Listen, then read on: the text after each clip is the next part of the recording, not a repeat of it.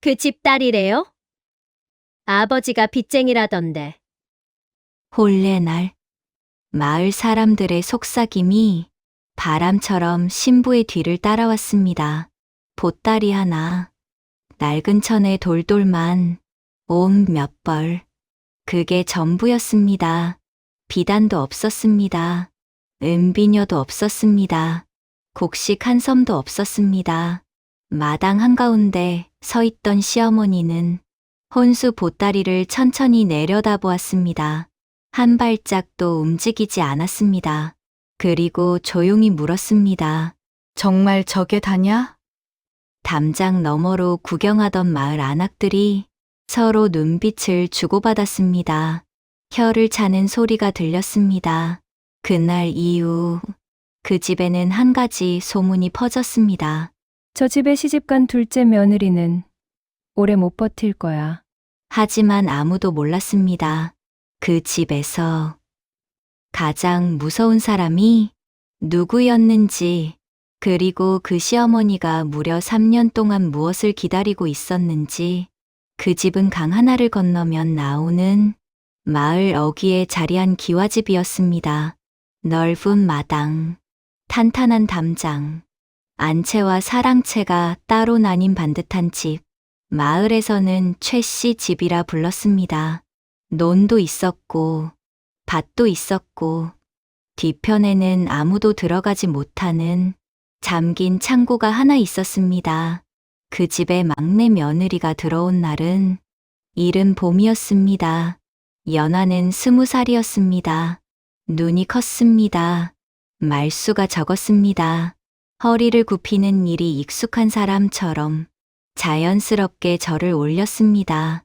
시어머니, 복례 씨는 그 절을 받으면서도 보따리에서 눈을 떼지 않았습니다. 보따리 하나, 낡은 옷 몇 벌, 그리고 작은 나무함 하나. 정말 저게 다냐? 연하는 고개를 숙인 채 대답했습니다. 예, 어머님, 부족한 혼수이지만 너그러이 봐주십시오. 그때 안채 쪽에서 발소리가 들렸습니다. 큰며느리 순덕이었습니다. 순덕은 연하보다 3살이 많았습니다. 친정은 한양 근처에 기반을 둔 부유한 포목상 집안이었습니다. 혼수는 남달랐습니다. 비단 12필, 은비녀 2쌍, 곡식 2섬, 그리고 묵직한 돈 보따리. 순덕이 들어온 날 마을 사람들은 2달 동안 그 이야기를 했습니다. 최씨 집 큰며느리는 다르더라. 혼수가 얼마나 됐는지 알아? 수레로 2번을 날랐다잖아. 순덕은 그 이야기를 즐겼습니다. 시어머니 앞에서는 살갑게 굴었습니다. 어머님, 오늘 안색이 안 좋아 보이세요. 제가 미리 준비해 둔 게 있어요. 따뜻한 주구, 잘 지진 약과. 시어머니는 흐뭇한 듯 고개를 끄덕였습니다. 그러나 연화가 혼수 보따리를 들고 서 있는 마당으로 돌아오자 순덕의 표정이 달라졌습니다. 입가에 웃음이 걸렸습니다. 하지만 눈은 웃지 않았습니다. 어머님, 요즘 세상에 저런 혼수가 어디 있겠어요? 시어머니는 대답하지 않았습니다. 그저 연화를 한 번 더 바라보다가 천천히 안으로 들어갔습니다. 연화의 친정은 같은 강가 마을에 있었습니다.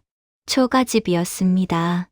지붕 이형은 사가 있었고 마루 끝으로는 항상 바람이 들어왔습니다. 아버지 박 씨는 선비였습니다. 글 읽기는 좋아했지만 밥 벌기에는 서툰 사람이었습니다. 빚이 쌓였습니다. 약값이 쌓였습니다. 어머니는 연하가 12살이 되던 해봄, 긴 병 끝에 세상을 떠났습니다. 그날 밤, 아버지는 등잔 하나 켜놓고 딸의 손을 잡았습니다. 연아야, 네, 아버지, 내 어미가 늘 하던 말이 있단다. 무슨 말이요? 사람이 재산이라고. 어떤 집에 가더라도 그 말 하나는 잊지 말 거라. 연하는 그날 이후 그 말을 가슴속에 넣고 살았습니다. 배고픈 날도 추운 밤도, 마을 사람들이 손가락질하는 날도 사람이 재산이다. 그 말이 연화를 버티게 해주었습니다. 연화가 17이 되던 해 아버지의 병이 깊어졌습니다. 빚이 더 쌓였습니다. 마을 어른들이 수군거렸습니다. 박선비 딸이 이제 시집갈 나이인데 저 집 형편에 어느 집이 받아주겠나? 그런데 이상한 일이 있었습니다. 마을에서 2시간 거리 최 씨 집안에서 먼저 혼담을 넣어왔습니다. 동네가 발칵 뒤집혔습니다. 최 씨 집이면 기와 집에 논밭도 있는 집인데 왜 저런 가난한 집 딸을 본다는 거야? 뭔가 사정이 있겠지. 아버지는 딸 앞에 앉아 오래 말을 잇지 못했습니다. 그러다 말했습니다. 연아야, 그 집 어른이 까다롭다는 소문이 있다. 쉽지 않을 거야. 연하는 고개를 들었습니다. 아버지, 사람이 재산이라고 하셨잖아요. 그렇지. 그러면 제가 가면 됩니다. 제가 재산이 되면 됩니다. 아버지는 딸의 얼굴을 오래 바라보았습니다. 눈물이 낡은 책 위에 떨어졌습니다. 가난한 집이라도 딸 시집 보낼 때는 마음이 다릅니다. 아버지는 병상에서 일어나 봄내 들판을 걸었습니다. 약초를 팔고 삭바느질을 맡겼습니다. 그렇게 모은 돈으로 옷감 한 필을 샀습니다. 어머니가 남긴 낡은 비녀 하나를 꺼냈습니다. 그리고 작은 나무함을 꺼냈습니다. 직접 깎은 함이었습니다. 안에는 어머니의 손때가 묻은 편지 한 장이 들어 있었습니다. 아버지는 그 위에 자신이 새로 쓴 편지를 얹었습니다. 붓이 떨렸습니다. 손이 떨렸습니다. 그래도 또박또박 썼습니다. 사람이 재산이다. 우리 연아는 그것을 안다. 그것이 이 함에 든 것보다 더 값진 혼수다. 함을 닫을 때 아버지의 눈이 붉었습니다. 연화가 이 집의 자리를 잡은 곳은 부엌 끝자리였습니다. 안방 가까운 곳은 순덕의 자리, 창고 쪽 구석은 연화의 자리. 아무도 그렇게 정한다고 말하지 않았습니다. 그냥 그렇게 되어 있었습니다. 연화는 그 자리를 탓하지 않았습니다. 새벽 5시에 일어났습니다. 장독 뚜껑을 열어 이슬을 닦았습니다. 아직 별이 지지 않은 시간, 혼자 불을 지폈습니다. 가마솥에 물이 오르면 쌀을 씻었습니다. 밤 냄새가 마당으로 퍼질 무렵 시어머니가 일어나셨습니다. 순덕은 그보다 한참 뒤에 일어났습니다. 그래도 밥상을 올리는 것은 순덕이 먼저였습니다. 연화는 뒤에서 준비했고 순덕이 앞에서 갖다 올렸습니다. 어머님, 오늘 아침은 제가 특별히 신경 썼어요. 연화는 그 말을 들으면서도 아무 말 하지 않았습니다. 시어머니, 복래 씨는 하루에도 몇 번씩 연화에게 말했습니다. 된장 너무 퍼가지 마라. 쌀 씻은 물 함부로 버리지 말거라. 가난한 집안 사람은 쓸 줄만 알고 아낄 줄을 모르는구나. 연화는 대꾸하지 않았습니다. 고개를 숙였습니다. 예, 어머님. 딱 그 한마디였습니다. 순덕은 그 장면을 볼 때마다 가만히 옆에서 웃었습니다. 소리 없이 연화의 귀에 들리지 않는 척. 하지만 들렸습니다. 연화는 들으면서도 그 소리가 들리지 않는 척 했습니다. 저녁에 방으로 돌아와 이불 속에서 눈을 감으면 아버지의 목소리가 들렸습니다. 사람이 재산이다. 연화는 그 말을 속으로 되풀이했습니다. 10번, 20번. 그러다 잠이 들었습니다. 그 집 뒤편에는 잠긴 창고가 하나 있었습니다. 안채 뒷담을 따라 걸으면 끝에 나오는 공간이었습니다. 문은 낡고 두꺼웠습니다. 자물쇠는 크고 무거웠습니다. 이끼가 문 아래까지 끼어 있었습니다. 오래된 곳이었습니다. 아무도 들어가지 못하는 곳이었습니다. 큰 며느리 순덕도, 아들도, 하인마저도 들어가지 못하는 곳이었습니다. 연화가 이 집에 들어온 지 사흘째 되는 날, 시어머니가 연화를 불렀습니다. 창고 앞은 매일 쓸어라. 예, 어머님. 하지만 문은 절대 열지 말거라. 연화는 고개를 숙였습니다. 예, 어머님. 이유는 묻지 마라. 연화는 다시 고개를 숙였습니다. 예, 그날부터 연화는 매일 아침 창고 앞을 쓸었습니다. 빗자루로 이슬 맺힌 흙을 쓸면서 자물쇠를 한 번씩 바라보았습니다. 무엇이 있는 걸까? 왜 아무도 들어가지 못하는 걸까? 시어머니는 왜 저 창고 앞만큼은 직접 청소하지 않는 걸까? 봄이 지나고 여름이 왔습니다. 마을 안악들이 장터에서 이야기했습니다. 최 씨 집은 큰 며느리가 살린다더라. 그 혼수가 얼마나 됐는지 알아? 그 집 막내는 그냥 덤이지. 혼수도 없이 들어온 게 무슨 며느리야. 연화의 귀에 들렸습니다. 장터에서 조기를 고르다가 능 뒤에서 들렸습니다. 연화는 그저 조기를 둘러보았습니다. 비늘을 손으로 살짝 눌러보고 눈이 맑은 것을 골랐습니다. 냄새를 맡아 가장 신선한 것을 골랐습니다. 주인 아저씨가 말했습니다. 아가씨, 물건 보는 눈이 있네. 연화는 조용히 웃었습니다.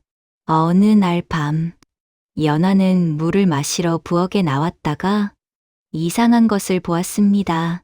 달빛이 마당 가득 내리는 시간, 시어머니가 창고 앞에 서 있었습니다. 가만히 자물쇠를 손에 쥔 채로 움직이지 않고 오래도록 연화는 숨을 죽였습니다.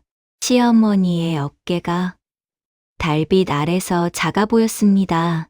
늘 꼿꼿하던 그 등이 조금 구부러져 있었습니다. 연화는 살금살금 방으로 돌아왔습니다. 그리고 오래 생각했습니다. 어머님이 저 창고 앞에 혼자 서 계시는 이유가 무엇일까?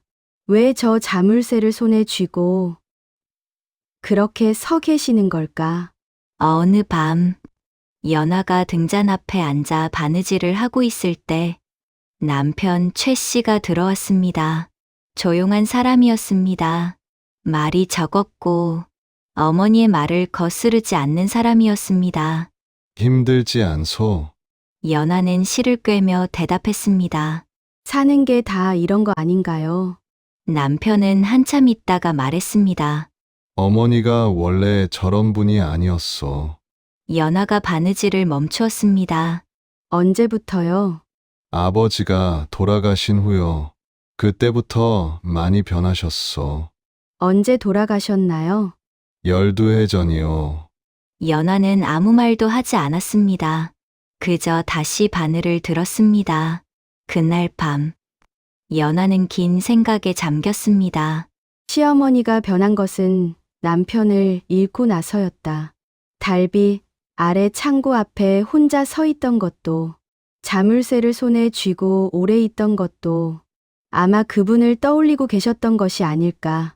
그해 가을, 장마가 길었습니다.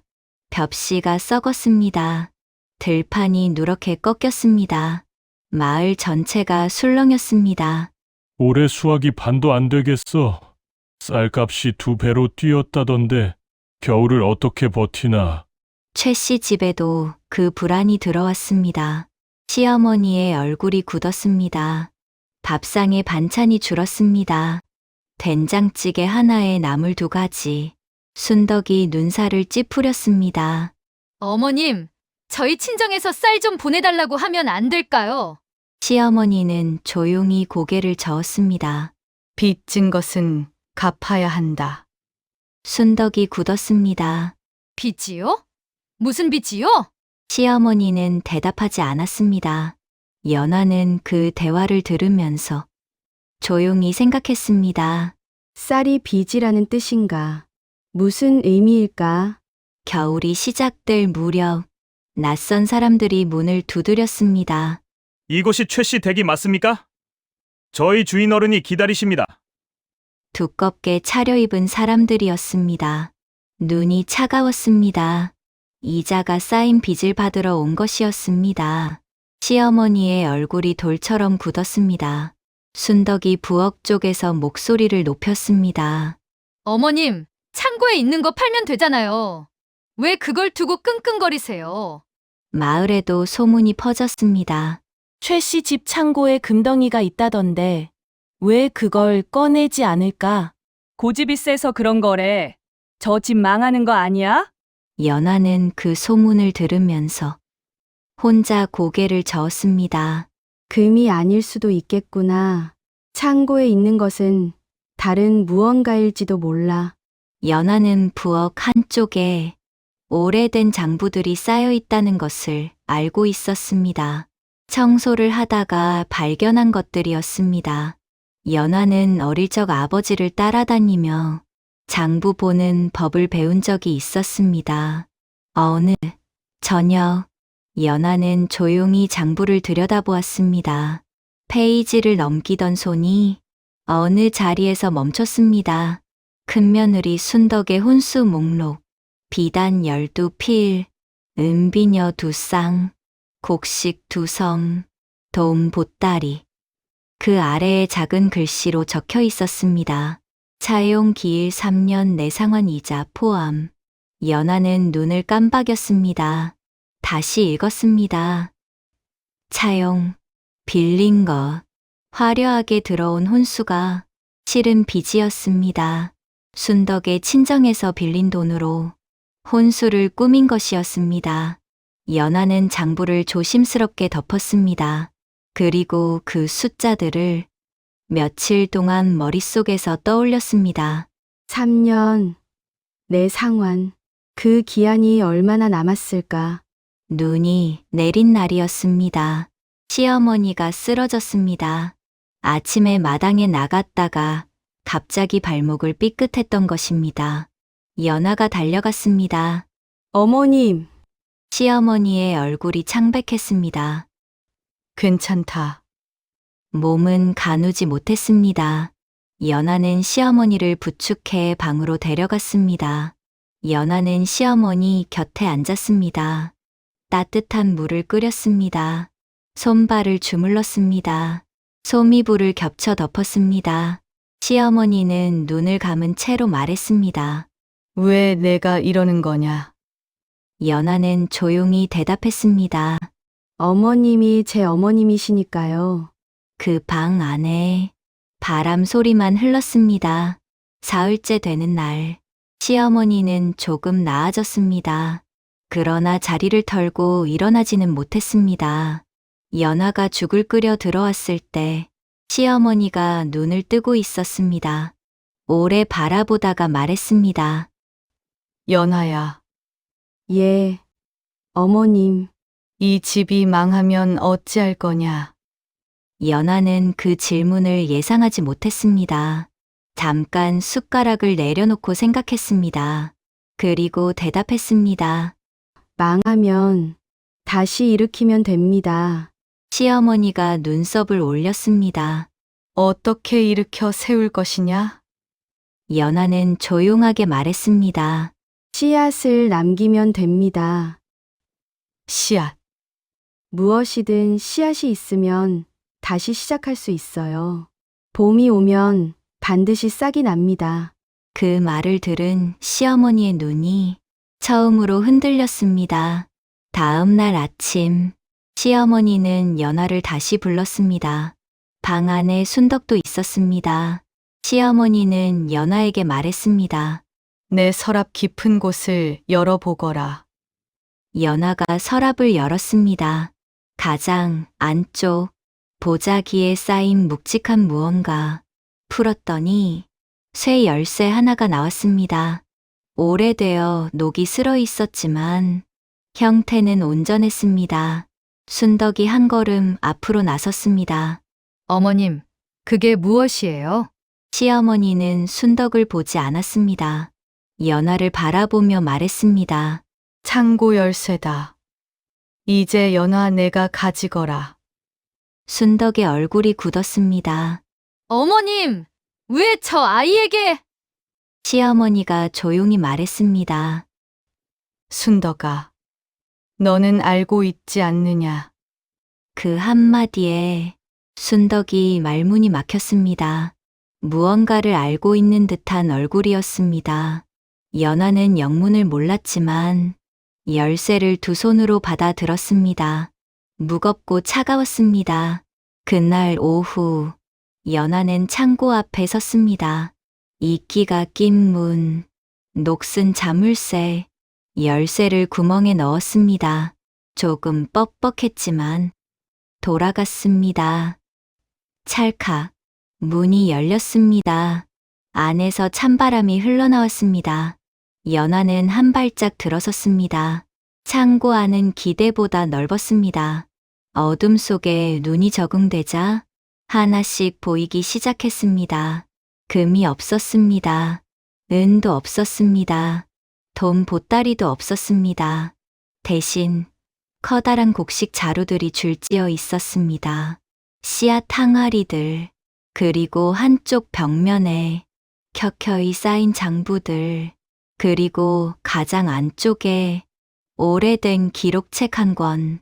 연화는 천천히 걸어가 기록책을 꺼내 들었습니다. 기록책을 펼쳤습니다. 첫 장은 최 씨 집안의 살림 역사였습니다. 시아버지가 살아있을 때의 기록, 논 몇 마지기, 밭 몇 대기, 수확량과 판매 기록, 그 기록들은 단정했습니다. 꼼꼼했습니다. 시아버지가 얼마나 살림을 잘 챙긴 사람이었는지 숫자만 봐도 알 수 있었습니다. 그리고 다음 장, 시아버지가 돌아가신 해부터의 기록, 빚이 시작된 날짜, 그 빚의 출처. 연화는 눈을 크게 떴습니다. 큰며느리 순덕의 친정, 그 부유한 포목상 집안이 이 기와집에 돈을 빌려준 것이었습니다. 혼수로 들여온 비단과 은비녀는 실은 빌린 것들이었습니다. 그리고 그 조건은 단 하나, 순덕이 이 집의 며느리가 되는 것. 혼인이 아니었습니다. 거래였습니다. 연화는 기록책을 덮었습니다. 시어머니가 혼자 짊어지고 있던 비밀, 순덕도 알고 있던 비밀, 두 사람이 각자의 이유로 침묵하고 있었던 것이었습니다. 연화는 기록책을 내려놓고 창고를 천천히 둘러보았습니다. 씨앗 항아리들, 하나씩 뚜껑을 열었습니다.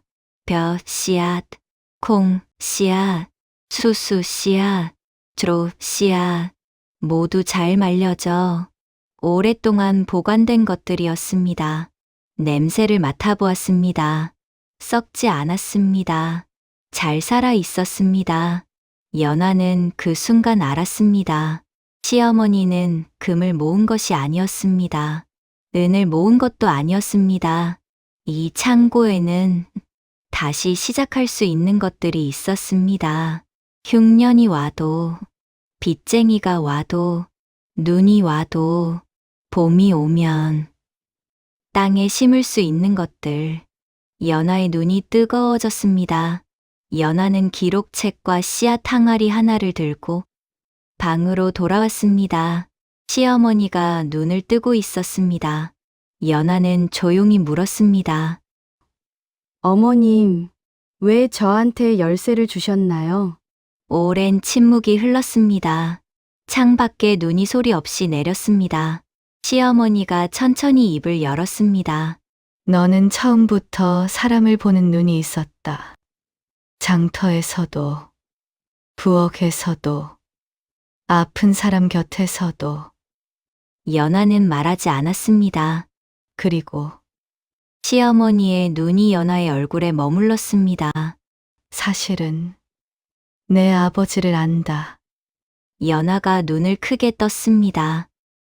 예, 내 아버지가 어렸을 때 우리 집에서 글을 배웠다. 가난했지만 숫자를 보는 눈이 있었고 사람을 볼 줄 알았지. 연하는 숨을 멈추었습니다. 그래서 내가 혼담을 먼저 넣은 거다. 그 사람의 딸이라면 씨앗을 심을 줄 아는 사람이겠다 싶었지.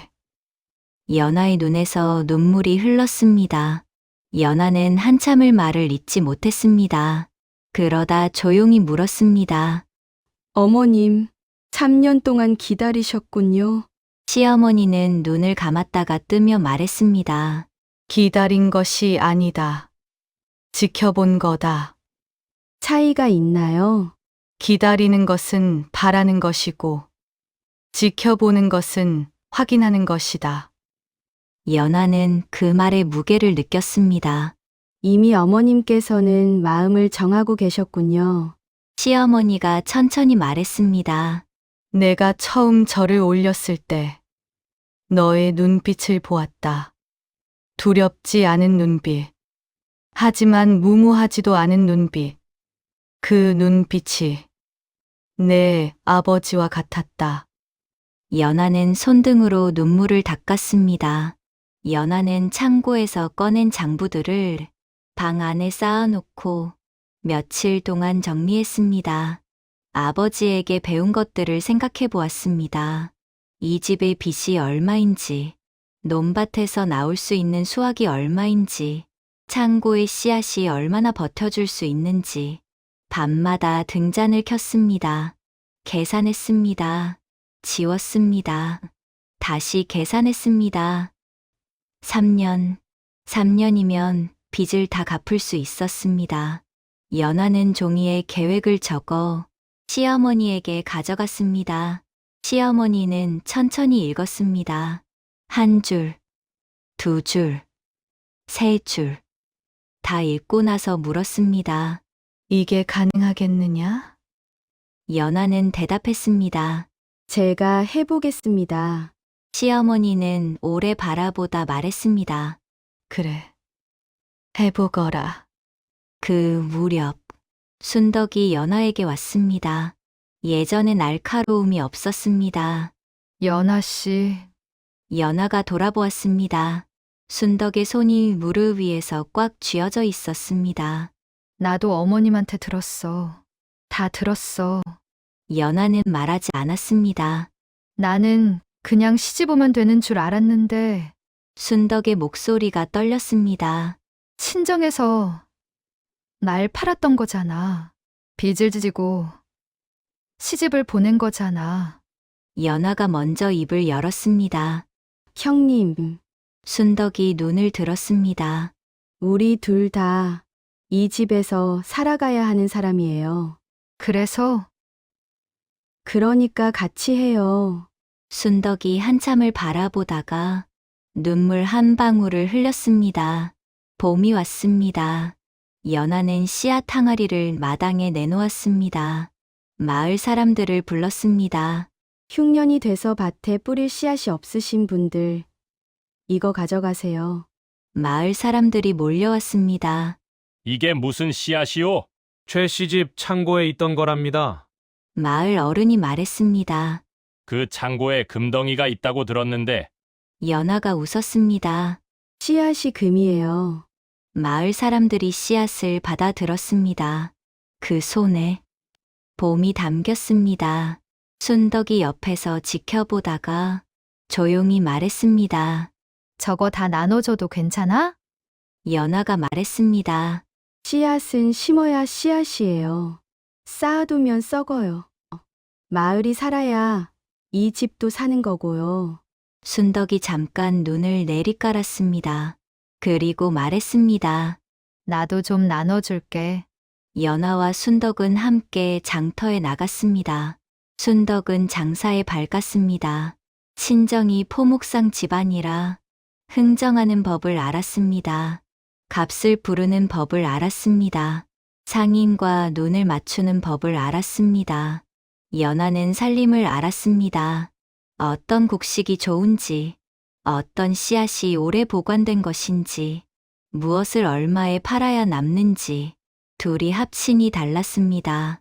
상인이 값을 낮게 부르면 순덕이 맞받았습니다. 연하가 물건의 가치를 설명했습니다. 장터 사람들이 수군거렸습니다. 최 씨 집 두 며느리가 같이 왔네.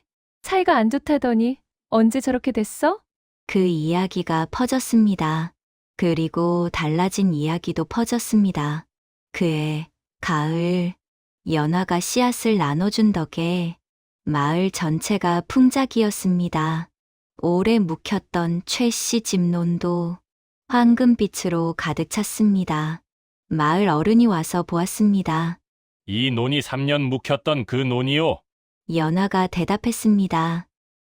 예, 어떻게 이렇게 됐소? 땅이 쉬었거든요. 쉰 땅은 더 많이 내어줘요. 마을 어른이 고개를 끄덕였습니다. 저 며느리가 진짜 살림꾼이네. 혼수 없이 온 그 애가 이 집을 살렸어. 연화의 계획은 천천히 하지만 분명하게 실행되었습니다. 수확을 팔았습니다. 장터에 직접 나가 중간에서 떼이는 것 없이 팔았습니다. 빚쟁이들이 올 때마다 조금씩 갚았습니다. 이자가 줄었습니다. 원금이 줄었습니다. 문을 두드리는 사람이 줄었습니다. 순덕도 함께 했습니다. 자신의 친정으로 가서 빚의 이자를 조금 낮춰달라고 직접 이야기했습니다. 처음에는 거절당했습니다. 두 번째에도 거절당했습니다. 세 번째에서야 친정아버지가 말했습니다. 내가 이렇게까지 할 줄 몰랐다. 그렇게 결국 이자가 낮아졌습니다. 두 번째 봄이 왔습니다. 시어머니는 자리에서 일어났습니다. 의원이 말했습니다. 마음이 편해지신 것 같습니다. 몸이 따라오고 계십니다. 시어머니는 마당으로 나왔습니다. 오랜만에 바깥 공기를 마셨습니다. 창고 앞에 섰습니다.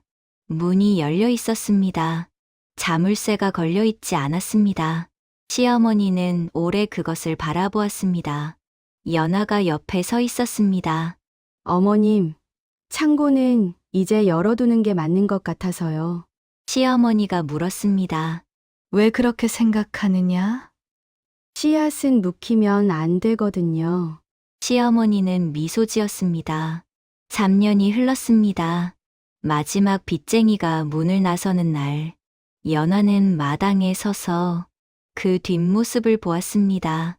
발소리가 멀어졌습니다. 마당이 조용해졌습니다.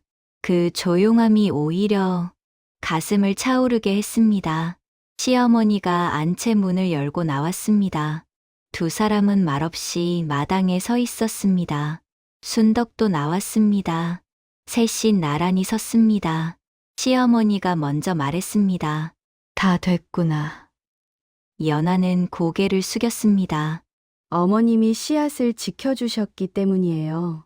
시어머니는 말하지 않았습니다. 그저 하늘을 한번 올려다보았습니다. 눈이 맑았습니다. 그날 밤, 연화는 나무함을 열었습니다. 처음 이 집에 들어올 때 들고 온 그 나무함, 아버지의 편지, 그리고 어머니가 남긴 편지. 연화는 아버지의 편지를 천천히 펼쳤습니다. 연아야, 내가 시집 가는 날, 이 편지를 읽게 될 것이다. 아버지는 내게 많은 것을 주지 못했다. 비단도 없다. 금도 없다. 그게 늘 미안했다. 하지만 한 가지는 줄 수 있구나. 사람이 재산이다. 내가 어떤 집에 가더라도, 어떤 사람을 만나더라도 이 한마디를 잊지 말거라. 사람을 볼 줄 아는 눈. 그것이 어느 비단보다 비싼 혼수란다. 우리 연화가 그 혼수를 잘 쓰고 살길 바란다. 연화는 편지를 내려놓았습니다. 눈물이 뺨을 타고 흘렀습니다. 창밖에 봄비가 내렸습니다. 나무함 아래 어머니의 편지가 있었습니다. 빛이 발에 글자가 흐릿했지만 읽을 수 있었습니다. 연아야, 어미는 내가 태어났을 때 울었단다. 가장 기뻐해야 할 날에 나는 기뻐서가 아니라 이 가난한 집에 내가 왔구나 라는 생각에 울었단다. 그런데 내 눈을 보고 알았어. 이 아이는 괜찮겠구나. 눈이 밝고 총명스런 눈빛을 가진 연화. 너를 보며 안심하였단다. 연화는 어디를 가도 빛이 나겠구나. 그걸로 충분하다. 어미가 내 곁에 오래 있지 못해서 미안하다. 하지만 내가 어미를 기억하는 한 어미는 내 곁에 항상 있단다. 연화는 편지를 오래도록 가슴에 안았습니다. 그 봄, 시어머니가 다시 자리에 누웠습니다. 의원이 고개를 저었습니다. 연화는 밤마다 시어머니 곁에 앉았습니다. 어느 밤, 시어머니가 연화의 손을 잡았습니다. 연화야, 예. 어머님, 내가 처음 이 집에 왔을 때 아무것도 없었다. 시아버님이 말씀하셨어. 걱정 마. 사람이 재산이다. 그 말 하나 붙들고 살았지. 시어머니가 천장을 바라보았습니다. 그런데 이 집이 기울고 남편이 떠나고 빚이 쌓이니까 그 말이 틀린 것 같았어. 그래서 화려한 것을 쫓았지. 혼수, 비단, 겉모습. 그게 다 잘못이었어. 시어머니의 손이 연화의 손을 조금 더 꽉 쥐었습니다. 내가 와서 그 말이 다시 맞다는 걸 알았다. 사람이 재산이다. 너와 내 아버지가 그 증거야. 연화는 시어머니의 손을 두 손으로 감쌌습니다. 그리고 말했습니다. 어머님, 그런 말씀 하지 마세요. 어머님은 처음부터 저를 알아보시고 3년 동안 지켜보셨잖아요. 그것도 사람을 믿었기 때문이에요. 시어머니의 눈가에 무언가 고였습니다. 고맙다. 그것이 마지막이었습니다. 시어머니는 그의 봄끝에 눈을 감았습니다. 마을 사람들이 모두 왔습니다. 저 댁시어머니 덕에 우리 마을이 얼마나 좋아졌는지 몰라. 씨앗을 지키셨던 분이야. 장례가 끝나고 연화는 혼자 창고 앞에 섰습니다. 자물쇠를 손에 쥐었습니다. 안에는 여전히 씨앗이 가득했습니다. 장부가 있었습니다. 기록책이 있었습니다.